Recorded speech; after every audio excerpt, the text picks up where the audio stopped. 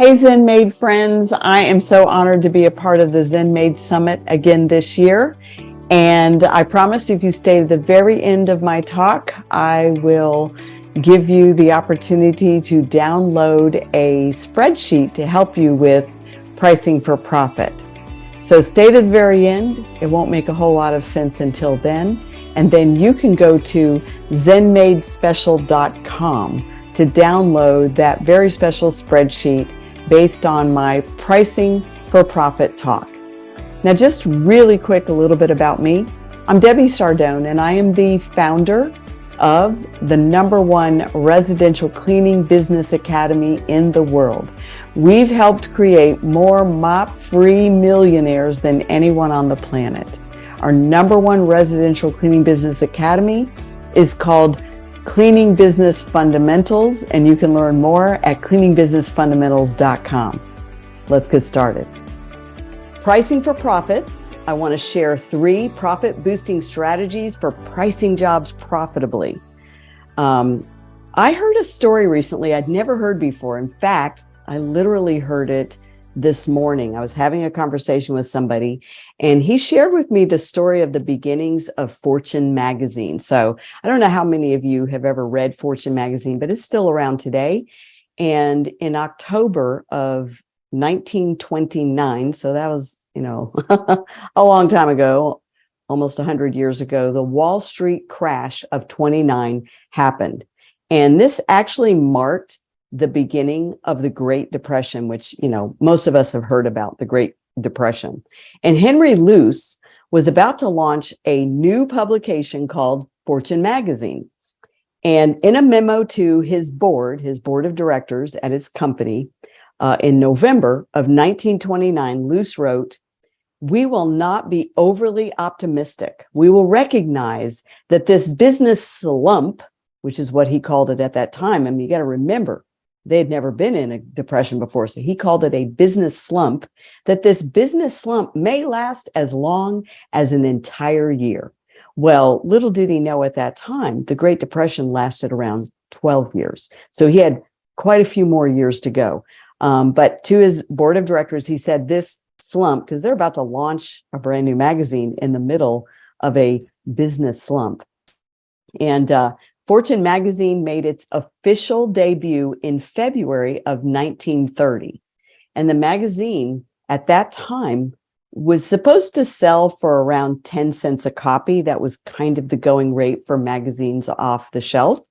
And the graphics designer that was designing the cover of the magazine just kind of put a placeholder of $1, which was absurd, but it was like a placeholder until the board decided what the price tag would be for the magazine. So he put the dollar price holder on the graphics cover, and somebody didn't check it. Somebody didn't realize it was an error. And even though they had decided to price the magazine at 10 cents, the magazine went to print with the $1 price tag on it. And what happened astonished the founder and the board of directors. The magazines flew off the shelf at $1 a piece. Now you got to realize back during the Great Depression, during, almost 100 years ago, a magazine would sell for 10 cents and they put a $1 price tag on it. So it was like, a $18, $20 magazine nowadays, which none of us, I hope, are spending $20 on a magazine. And the magazines literally flew off the shelves. In fact, they sold so many, they sold out, and they had to launch 3 more print runs. They sold far more than they had a subscription for from their other magazine. And the lesson they learned from this. Anyway, I love this story because I had never heard this story before. And the lesson that I take away from this story, and I hope each and every one of you take away from this story, was the perceived value of the magazine. I mean, first of all, the title was pretty compelling, right? Fortune magazine, when people are struggling. But they priced the magazine at about 10 times higher a typical magazine would price at. And they priced it in the middle of the Great Depression. So I want you to realize the significance. They went on over the next 7 years to build net profits of over 500,000, which almost 100 years ago That's a lot of money. 500,000 in net profits is a lot of money today, but imagine what that was back then. And that was 7 years after launching their magazine. They had over $500,000 in net profit, and they still had 4 more years to go in the Great Depression. The Great Depression was not over yet. And so the lesson I glean from this, and the lesson I want to glean for you as we go through pricing for profit, is don't blame price sensitivity on the recession. Don't blame it on the economy. Don't blame it on all the cheap competition out there. You have not because you ask not. And I just want you to remember that. You have not because you ask not. Most of us are just not asking for more. We're afraid to ask. We're afraid to raise up the prices on our legacy clients that are grossly undercharging. We are afraid to raise up the prices on new inbound quoted clients because, gee, our competition isn't as much as I want to charge. And we literally have not because we ask not. So point number 1 that I want to make in pricing for profit is know your worth. Know your worth. Now, Fortune magazine did not know their worth. They had no idea they were worth $1 a copy. They were going to price it at 10 cents. So many of you, I've talked to you before, and I've given you the example that your price formula is as if you are Nordstrom's retail store, Nordstrom's, charging Walmart prices, right? And that's really what they were about to do to their magazine. They were about to price it at 10 cents like everybody else, which basically would create the perceived value of all the other magazines. And when money is tight, I can't afford that 10 cents. Because, we lost our jobs and we're struggling. We can barely feed our kids, yada, yada, yada. Right? And so the perceived value, point number 1, know your worth. And so what is the going rate for your time? Right? As a business owner, what we do in the maid service world is we sell time. Right? That's all we have to sell. We don't sell products. We sell time. I was actually talking to somebody yesterday about this concept, and we did a little bit of math. And what we did was we structured out, I said, write this down and let's do some math, grab your calculator.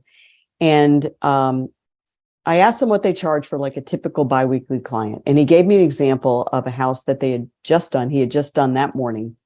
And he said, I charge $140 for this house. They are every other week. And he said, when I clean this house all by myself, he said, I can clean it in 2 hours flat. And he said, I can bill out $70 per labor hour as a solo cleaner, as a highly incentivized business owner, right? He said, I can do it in 2 hours and I can average 70 an hour. But here's what he also says. He said, but normally I assign that job to my team. And he said his team of 3 will take an hour and a half to clean that same job that he can do all by himself in 2 hours flat. And if you do the math, the client still pays $140, right? The client is still paying $140. But if you do the math, if a team of 3 spends 1.5 hours on that job, then you have to times 1.5 hours times 3 people. So that's a contribution of 4.5 labor hours on that job for $140. So do the math. He makes like $31 an hour when his staff cleans. His company is receiving over $70 an hour when he cleans. What is your time worth? Is your time worth more than 30 or 35 or 34 an hour? I did the math last week with someone. It was a very similar equation. And we both figured, to her surprise, that she was averaging $22 an hour. And I said, you are literally operating in that particular client's home below break even. When you add in your labor costs, your cleaning products, your payroll taxes, your workers' comp, you're not even breaking even on that job. Do you want to be a charity or do you want to be a business? And so there are 3 key components of pricing more profitably. But one of the first point is understanding and knowing your worth. Now, of course, if you've ever, taken the CBF model, if you've completed the CBF training and you have implemented the structures, there are 3 things, which I'm not going to go into tonight, but these 3, especially if you haven't gone through CBF yet, but you will in the future, there are 3 concepts that will impact the speed and the quality of the cleaning. Just three simple concepts. Number one is the size of the team. When the teams are too big, efficiency goes down. Number two, not following the speed cleaning system.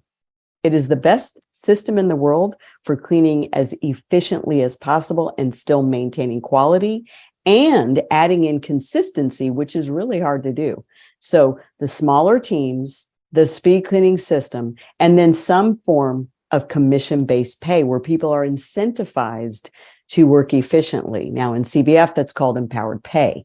But whatever it is, those three concepts will organically speed people up. And the other component on really understanding and knowing your worth and getting what you should be charging instead of settling for what you average out to be per billable hour rate is never compare your rates to the other guys.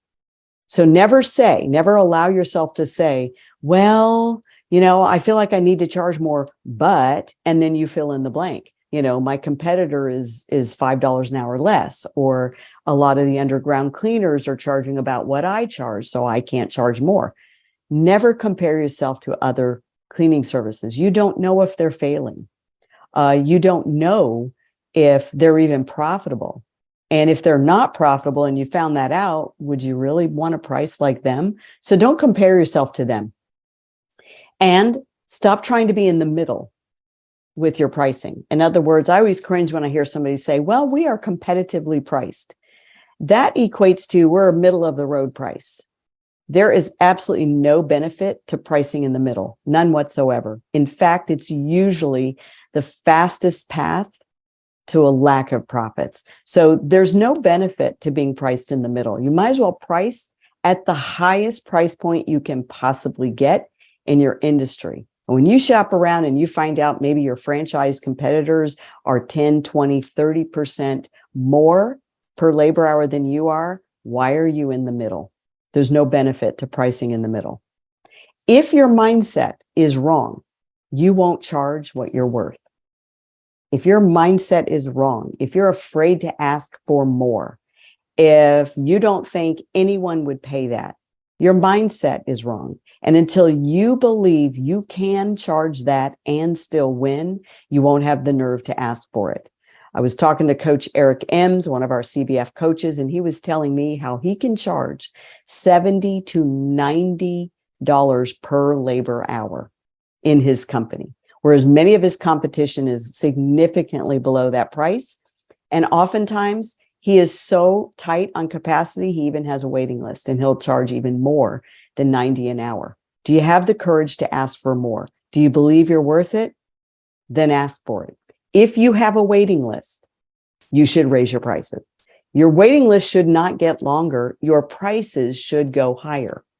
Please remember that. Write that down. Your waiting list should not get longer. Your prices should get higher. I'd rather you ask for higher price points and have a smaller waiting list, because a handful of people will say yes at the higher price point, and some will say, no, that's ridiculous. I'm not going to pay that. And that's okay. What does it matter if you can't service them anyway? And then, of course, as you're testing what you're worth, right? And you're testing, well, what are we worth? Maybe we're charging $50 an hour and I hear others are getting $60 an hour. Well, test higher pricing by quoting the same way every time, be very consistent and track your results. So if you quote 10 and lose 5, that's a pretty good conversion rate. If you quote 10 and win 8, okay, well, that's 80%. You probably should be quoting even higher, right? So make sure you are testing the new price threshold and tracking and measuring the results, and you will know. You want to convert at least 50% of the people who call you. Are you worth more?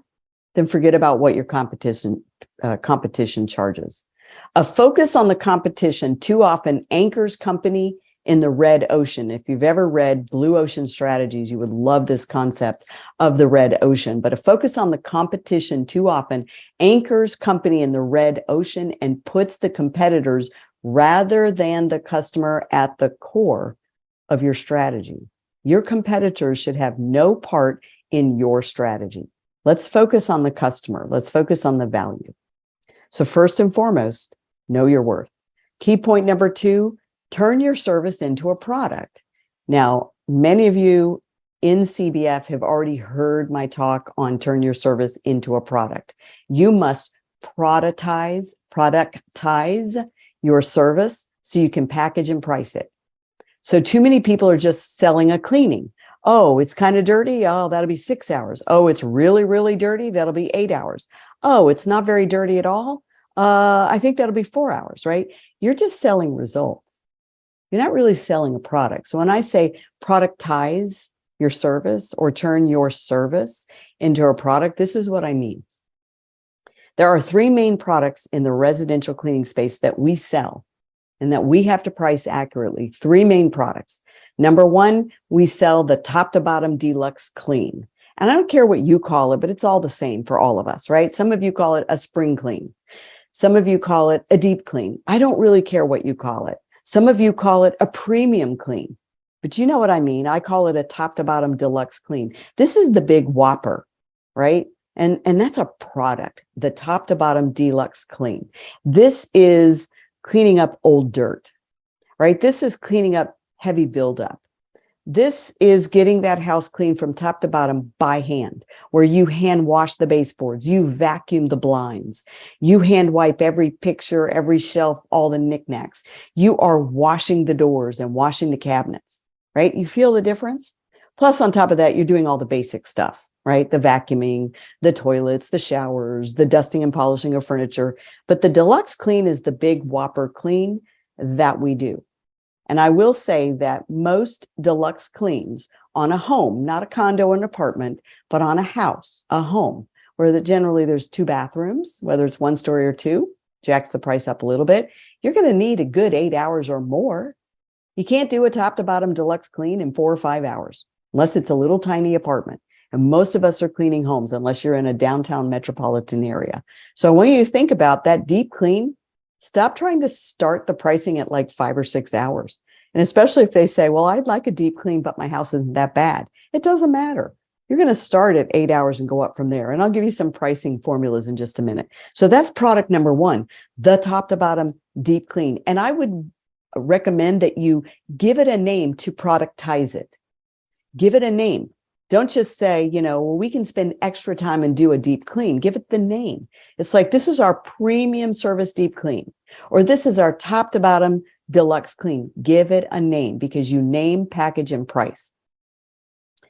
We reserve those top to bottom Deluxe cleans for move out cleans, make readies for somebody getting ready to put their house on the market, move in cleans, and we require it.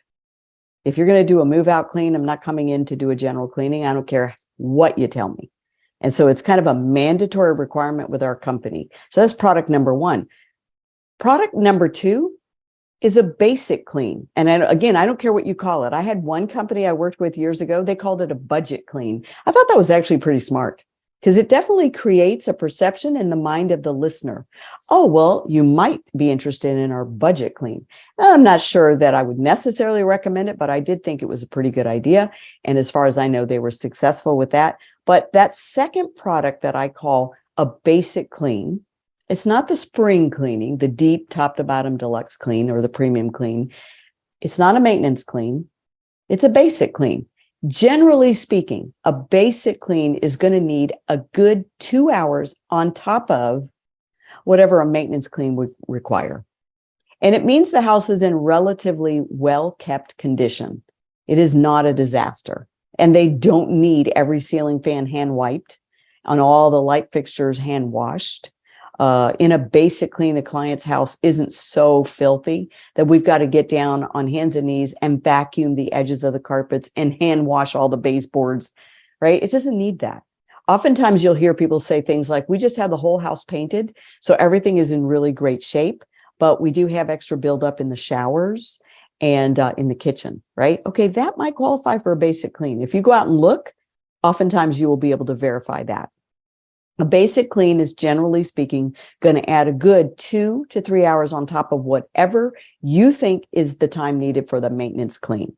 But it's certainly not going to triple the time in the home like you would need in a spring clean. So think about basic clean is The first time visit with some extra time needed for build up in some areas. And again, I don't care what you call it. And even basic clean is fine because it creates a perception in the customer's mind.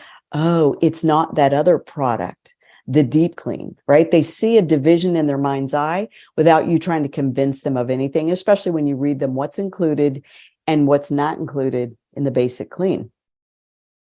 It's perfectly fine for clients who are going to move on to becoming recurring clients, weekly or biweekly clients, and especially if they just fired their last service. I would not force them into a deep clean, even if they said their last service wasn't that great. Well, at least they were having service, right? So a basic clean oftentimes will apply if you're actually taking over the maintenance cleaning. Let's say they fired Mary Maids or Molly Maids or whoever, Joe Blow's cleaning got fired and you got hired. So basic clean literally means there is not excessive buildup and we can still succeed with just a couple of extra hours. Now, there is a third type of product you can offer. I don't offer this, but I do believe it's a good idea. But that third type of cleaning is what I would call a decoy price cleaning. In other words, we don't really offer it because nobody buys this. But hear me out. This third type of service that you can add in, it's called decoy pricing. It's where you have this extra super deluxe clean or a super platinum deluxe clean, whatever you want to call it. But it is the cleaning nobody buys. And this is where you list everything included in the deluxe clean, but all this extra stuff that most people aren't asking for, like the inside of the oven, the inside of the refrigerator, the windows inside and out, if that's a service that you do include. If it's a move out clean, maybe sweeping out the garage or whatever. But a super deluxe clean is what we call decoy pricing. And that's where you put a price tag on it of something like $895. Now, 99.9% of the people who hear that are going to say, oh, no, I don't need that, right? Because it's really expensive. It's like the whole kit and caboodle. You could include cleaning all the patio furniture on the back porch if they have a pool, right? Windows on the inside if you don't do windows on the outside, oven, refrigerator, and whatever few other things you come up with, right? And you call that the super deluxe and you price it really high to where most people would say no. And I've tested this in my own company because years ago we did offer this super deluxe clean because we thought people might buy it, but they really didn't value it. They were like, oh, no, that's too expensive. And they would always buy the deluxe. But decoy priced services or products are designed to put your most expensive one, the deep clean, in the middle. That's what the purpose of a decoy pricing is. So if you did add this super deluxe clean, then you have the deluxe clean, you have the basic clean, and you have the super deluxe clean, right? You have these three levels of service. Well, people pick the one in the middle. So super deluxe clean might be $895 with all this stuff in it. Deluxe clean might be $425 with just these basics that you and I both know they need. And they're going to hold you accountable for you if you don't clean it, like dirty baseboards and dirty ceiling fans. So you might as well sell it because they're going to be mad at you if they come home and those things are still dirty because you sold them a basic clean, right? So the first price anchor is super deluxe clean, $895. The second price anchor is our top to bottom deluxe clean for, let's say, $425. And then your third anchor pricing is our basic clean for, let's say, $280 or $275 or whatever, right? I'm just giving you an example of pricing. I'm not telling you what the price should be. I'm just giving you an example of these three level pricing strategies. Now, you've got three levels of service right there. You can sell any first time clean, and most people will pick the one in the middle that's middle priced, and that's the top to bottom deluxe clean that is more moderately priced, but it definitely meets their needs in most cases. They know their house is dirty. That's why they called you. So no, I don't want the $895 service. That's too much. No, I don't want the $270 service. That's probably not enough. And yes, I'll take the $425 service, the one in the middle, right? It's like Goldilocks. It's just right. Now, there is a third level of service that we do. In this case, it would be a fourth level of service, but we never offer this on first time cleans. And so you separate this out and you quote it separately only if they go on to biweekly, weekly, or even monthly service. And this is what we call maintenance clean. Maintenance clean. So if you come up with the 3 levels of service for the first time visit, this becomes your 4th level. And it's never available until the 2nd visit. You cannot sell a maintenance clean for the first visit. Sell them a basic, sell them a deluxe, or sell them a super deluxe, but don't sell them a maintenance clean. You will eat it. You will be sorry. You will work for free. Just a reminder. So this is the price you quote them when they've indicated to you that they're interested in, let's say, biweekly service. Well, this is the price you come up with. So let's say you're trying to achieve about $60 per billable hour, right? If that's really your going rate, $60 per man hour or $60 per labor hour, right? So your deluxe clean, let's say it's an 8-hour clean, might be priced around $480, $485 something. But then your biweekly service at an average estimated time of $60 per hour might be quoted at $180. And when they hear that price, after hearing $895 and $275 for the basic and $480 for the deluxe clean, when they hear $180, it's a new anchor. And so you're able to say, now, when you go on a regular recurring service, if you sign up for biweekly service, it's only going to be around $180 per visit, right? Or it may be less if they decide, if you want to quote weekly, or it might be a little more if you're going to quote them monthly. But they hear that price anchored in their mind, that lower price point for their biweekly service or their weekly service, and make sure they hear it. Never just quote the first time. Don't just say, well, we have an $895 service. We have a deluxe cleaning for $480 and we have a basic cleaning for $275, and not quote the other. Never do that, because they've never heard that there is this amazing price point that they will have in the future. You got to remember, not everyone has used service before. And so if they only hear those top 3 high prices, it's going to scare them away for thinking they could even afford this every 2 weeks or every week. So make sure they hear the maintenance clean anchor price, but you make it crystal clear that price point is only available on their 2nd cleaning. Key point number 3, use a proven formula instead of just guesswork to come up with the prices. So I've been giving you examples of prices, but I want to show you a formula that will make it easier. And of course, all of this is in the CBF training, but this formula literally will change the way you quote jobs from now on, and how you're able to delegate the task of quoting and closing sales over the phone, or even going out on in-home estimates. However you do it, it doesn't matter. If all of your pricing expertise, let's say you're really good at pricing jobs because you've been doing this for 10 years. If everything is in your head and you're really not following a formula, you're going off your gut, right? It's like, well, I've been doing this for 10 years. So yeah, that house, we're going to need 8 hours, and that house, we're going to need 12 hours there. And this house, that's easy. We could do it in 5 hours, right? If you're going off your gut, or you're going off of your brute force experience because you've done it for so many years, it's impossible to delegate the sales to anybody else. So when you go on vacation, you're on the phone still working, trying to close sales, because nobody else can read your mind. And so if it's in your head, it's literally impossible to delegate, because you learned your sales quoting structures through experience instead of through a formula. So that's why I want to emphasize for key point number 3 is just use a proven formula, and then you can delegate it. You can go on vacation and people who work for you can close those sales and be pretty close to as accurate as you, and eventually maybe even be more accurate than you. And what better way to create a self-running business than to be able to hand off things that you once only could do? And so when you have a formula to follow, you can begin to delegate, or you can get help and close more sales. Now, I will say my formula is not perfect. It is a guideline. It's just a guideline. So obviously there are variables that will impact the time you're assessing and the price that you will charge, of course. So I can't, it's not perfect.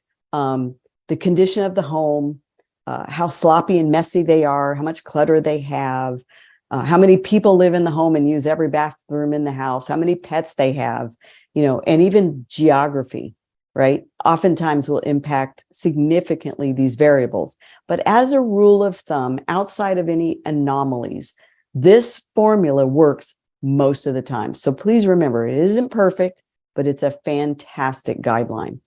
The number one thing you need to remember is you are really selling time, right? You're not really selling cleaning. You're selling the amount of time it takes to get the job done right. And if you're constantly underpricing on time, you are constantly losing money. Now, I don't mind if you make more money than you planned, but I hate to see business owners make less money than they need to, and they struggle even to pay the payroll costs to cover the labor to get a first-time clean done or a move-out clean where you'll never get a shot at their repeat business.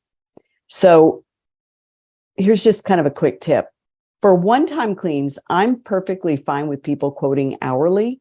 There's nothing wrong with that, but you should never quote hourly for your recurring services like weekly, biweekly, and even monthly. Those should all be quoted at a flat rate. But there's nothing wrong with deciding that you're, especially if you don't go out and see the property. On first-time cleans, there's nothing wrong with saying, I estimate this home will take about 8 hours for the deluxe clean, but we do reserve the right to charge you hourly for up to 2 additional hours if the condition warrants more time, right? So there's nothing wrong with that. There's also nothing wrong with saying for first-time cleans, we are an hourly rate. So let's say your hourly rate is $60 an hour for a team of 3. So 60 per person, 180 an hour per, for the team, right? There's nothing wrong with that. So don't feel like you have to quote people a flat rate and hope and pray you got it right.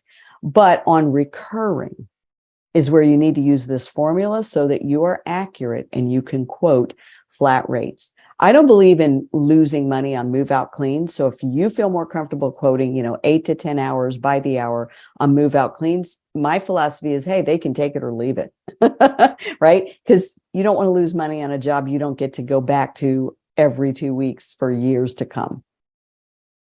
It is important that you learn to quote accurately on your flat rate pricing, because if you don't, you'll lose too many jobs unnecessarily because you're overquoting on time, or you won't be able to charge a higher price point because you always over budget on the time. So people aren't going to pay a higher price point. So accuracy is extremely important when you're quoting recurring service, such as weekly, biweekly, and monthly service. So if it's really going to take 3 labor hours to complete the job, then you really want to be able to quote accurately. And I'm okay if you finish up a little early, but the disaster is when you thought it would be a 3-hour house and it never took that amount of time. It always took 4 hours. Now you're literally losing money, and that's unnecessary.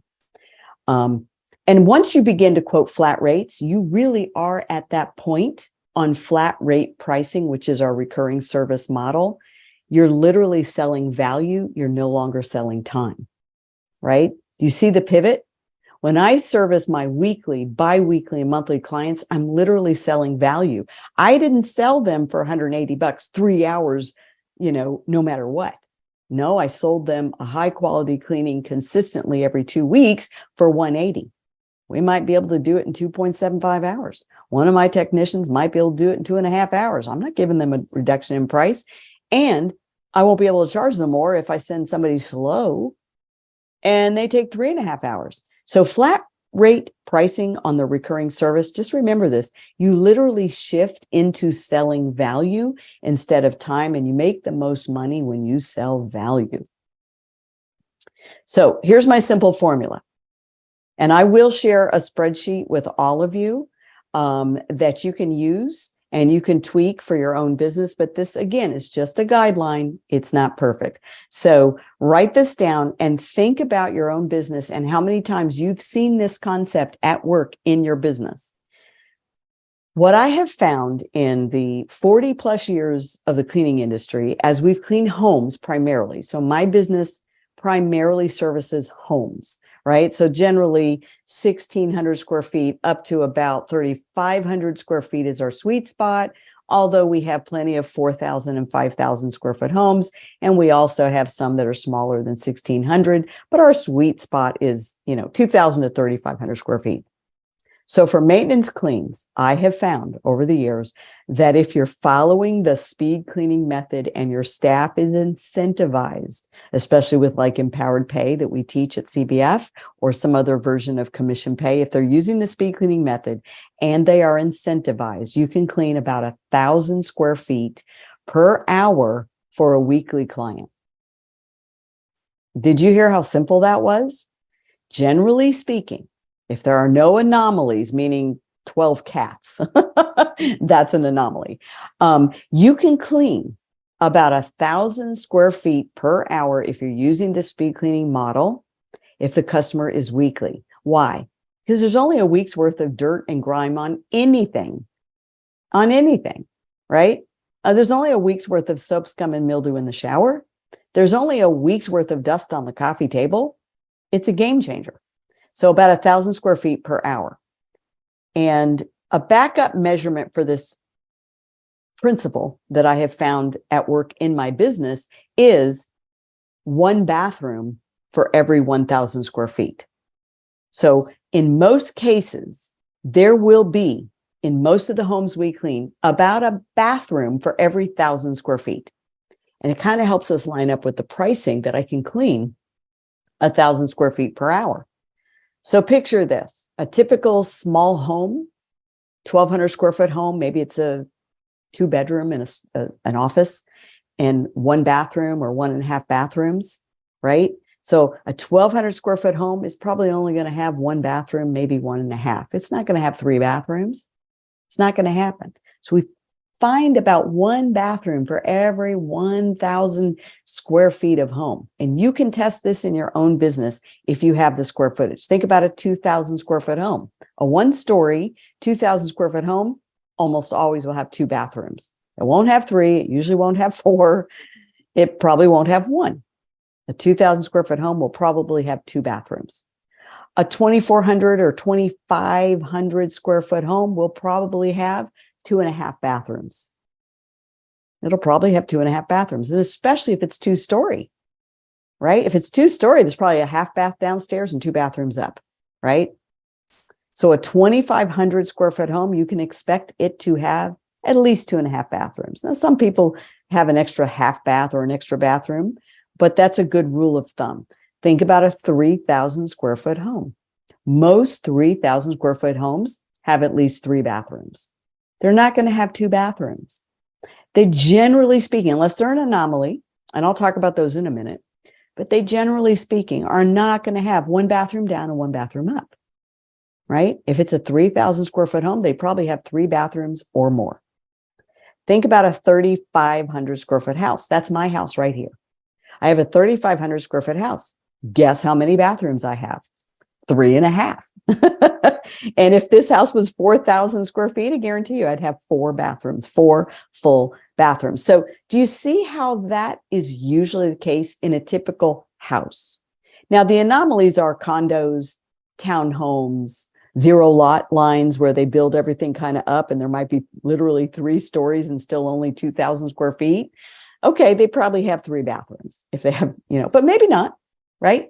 Because oftentimes the 3rd floor in like a 0 lot where they build up instead of out, oftentimes that top level has no bathrooms, right? It might be like a California room and a game room and no bathrooms. My daughter had a home like this. And the house was less than 2,000 square feet and it literally only had 2 bathrooms, but 3 levels. So those are anomalies. So I'm going to say an anomaly, things where this doesn't quite fit would be things like townhomes, 0 lot lines, condos, that triple deck, or even homes with basements, right? So oftentimes the basement was really just a finished out garage. So they might have stuck a little half bathroom down there because the kids have a game room or something. So those are a little bit of what I call outliers. It's not standard. It's not typical. For the most part, if you use this formula, there should be right around 1 bathroom for every 1,000 square feet, and you can clean about 1,000 square feet if they're weekly per hour, right? Then think about it this way. If I have a 3,500 square feet home, then 1 solo cleaner should be able to clean it every single week in 3.5 hours, right? Not 4, not 5, 3.5 hours. If I have a 2,000 square foot home, one solo cleaner every single week will probably be able to get in and out in 2 hours. Now, maybe 2.5 hours, because when the homes are 2,000 square feet and less, sometimes you have to add that extra 30 minutes or 15 minutes because, every home has a kitchen, whether it's a big house or a small house. But as a general rule, if I have a 2,500 square foot home, I'm going to need around 2.5 hours every single week. Now, here's another rule of thumb that I have found. So do you like that formula? Right? So you can clean about 1,000 square feet per hour. You can clean about one bathroom per hour, because generally speaking, one bathroom represents 1,000 square feet. I don't mean the bathroom is 1,000 square feet, but for every 1,000 square foot of home, you'll probably have a bathroom. So 3,000 square feet, you'll probably have 3 bathrooms. So I'm going to need 3 hours in that home every week. So here's one more little tip or trick. I add a good 30 to 40 minutes if they go bi-weekly. So you can use this formula to come up with your base price for weekly service. If you have too many pets, fine, add 30 minutes. If there's too many people, right? They got 4 kids and they're all teenagers, so they use every bathroom in the house, and they have a mother-in-law, and they all cook a lot. Okay, that's an anomaly. Most people don't live lives like that. Then I might need to add an hour. But I add typically, if all things are average, they don't have excessive people, excessive numbers of pets or knickknacks and doodads in their house. If all things are average, then I'll add a good 30 to 40 minutes for bi-weekly on top of that formula. And generally speaking, that's safe. So let's go back to my house, 3,500 square feet. One solo cleaner can clean it every single week in 3.5 hours. And I am an anomaly because I have no kids and no pets that live here. Just my husband and I, and we never go upstairs. So literally, a good experienced cleaner can do my entire house in 3 hours if I had service every week, which I do not. And so we add 30 minutes to my house for biweekly service. So if it's a 3.5 hours for for weekly, then I would add the 30 minutes and go with 4 hours for biweekly. And again, most people have more people living in a home that size than I do. And so I'm an anomaly. We're going to keep my price a little bit easier. But if they have a lot of kids and a lot of pets, I might add 45 minutes even to an hour. And then the last formula, when you use this method, is so add 30 minutes if it's biweekly, add an hour if it's monthly. So my house, 3,500 square feet, I need 3.5 hours for weekly service of labor time. If it's biweekly, they would allow 4 hours of labor time. But if I were monthly, they would need to add 5 hours. They would make it a 5-hour job every single month. So we add about an hour for monthly. Why? Number one, because you can. Number two, you have a month's worth of buildup of soap scum and dust and cat hair, and grime on the floor.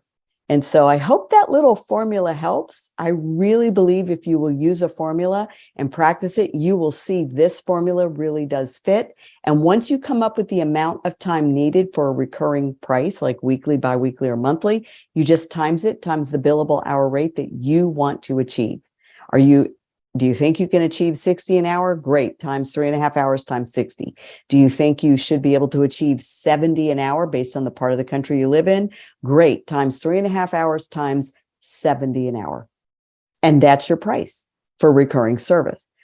A bonus tip here for pricing, and especially around deluxe cleans. This formula that I gave you is for pricing maintenance cleans, such as weekly, biweekly, and monthly. It doesn't quite fit as smoothly for deluxe cleans. It just doesn't. So I'm just going to give you the formula we use in my company, and then you can do the best you can with it. But I'll give you my formula. On a top to bottom deluxe clean, because we include on every deluxe clean the things like hand washing baseboards, hand washing doors, cabinets, molding, trim, etc. On top of that, all the normal stuff: sweeping, mopping, vacuuming, dusting, polishing, scrubbing toilets and tubs. You know what I mean. So on a top to bottom deluxe, if it's a 1-story home, our minimum is 8 hours and above. If it's a 2-story home, our minimum is 9 labor hours and above. And we always quote a 2-hour range just for safety. because we don't want to lose money. So if I quote 8 hours for a 1-story house, we will tell them 8 to 10 hours. If I quote them 9 hours for a 2-story home, we will quote them 9 to 11 hours. And we tell them we reserve the right to bill for the extra 2 hours in case the condition warrants the extra time. If it's a 3,000 to 3,500 square foot home, we will start our deluxe cleaning price and time at 10 hours. So we'll quote 10 to 12 hours up to about 3,500 square foot. So we don't need 10 hours for a 2,500 square foot house. At least my company doesn't need it. But on a 3,000 to 3,500 square foot house, we're in jeopardy of losing money. We're quoting 10 to 12 hours. On a 4,000, 4,500, 4,600 square foot house, now we're quoting 14 to 16 labor hours. Now, of course, you're going to send a team, right? You'll send a team of 3 or 4 on a home that big, and you divide up that time based on the number of people in the house. If it's 5,000 square feet and above, we always quote hourly. We're not going to eat it. We're quoting hourly because we don't want to rip them off and quote them 20 hours, but we don't want to be ripped off and quote 15 hours and lose our shirt, right? And give them 5 hours of cleaning because the house was huge and heavily used, right? So at a certain size, we just reserve the right to quote hourly. We can give them a guesstimate, but we don't want to get stuck. So I hope that helps. Doesn't quite follow the formula for the number of bathrooms and the square footage in the home. Now, if you do a lot of tiny spaces, so I'm talking condos and apartments, right? Then you can do a top to bottom deluxe clean that isn't excessively filthy in 4 to 6 hours, like a 1-bedroom, 1-bath, right? So these formulas kind of go out the door with really small places like condos and apartments. If it's a bigger apartment, let's say it's 2-bedroom, 1.5 bath, you're probably going to still need 6 to 8 hours, and especially if it's nasty. In the CBF training, you learn about the dirt code. If it's upwards of dirt code 7, you're probably going to allow 6 to 8 hours even for an apartment, because you just need the extra time to get it right. There's a lot of grease on the stove and there's dog hair caked in the edges of the carpet. It has to be vacuumed out. You know what I'm talking about. So here's a pro tip. It is okay to make a mistake on first-time cleans. It's okay. It is not the end of the world. We've lost money on first-time cleans as long as it's somebody who is going to go on to recurring service. So I'm not going to force somebody who thinks they can qualify for a basic clean, but they're going to go with biweekly service. I'm not going to insist that they do a deluxe clean and pay for 8 to 10 hours. You know what? I'll eat it. I'll lose money on that if I have to. I just want to get in and do it right. And if I sold them a 6-hour cleaning because they talked me into it and they said, well, I'm going to go bi-weekly and I really don't think it needs it. And, the other service just was here a month ago. I'm like, you know what? Let's do a general clean, right? A basic clean. I'm okay with losing a little money on the first time clean because they're going to go on to recurring. And you can even put a stipulation that says, you know what? I'm going to give you an extra 2 to 4 hours to make sure we do a deep clean if you need it. And there will be no charge for that extra amount of time if it's required, as long as you're going to move on to be a regular repeat client and sign our, 1-year service agreement or something, right? But I'm not going to lose money on move out cleans. And to me, this is the thing around pricing for profit. On move out cleans, when you only have one shot to get it right, don't sell them a basic clean. Do not sell less time than you know in your guts level that you need. We only sell top to bottom deluxe cleans on move outs. There is no option to buy a basic clean. No option, because I know, and they'll tell you, oh, well, there's no furniture. It's going to be easy. No, it won't be. And it won't be.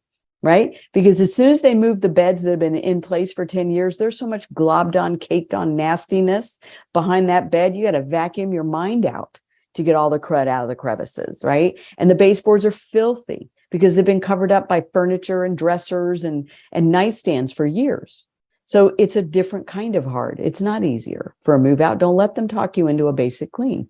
It's not worth losing money on a move out clean. You know what else you're going to be expected to do on a move out that's not included in a lived in home is you're going to be expected to wipe off all the shelves and wipe out all of the drawers, right? There's toothpaste stains inside the drawers and hair where they've been throwing their hairbrush in that drawer in the bathroom for 2 years, right? So it's a different kind of clean. It's not an easier clean. So don't lose money on move out cleans, and don't lose money on one-time cleans where they say, oh, I'm just having a party, or I'm getting my house to put on the market.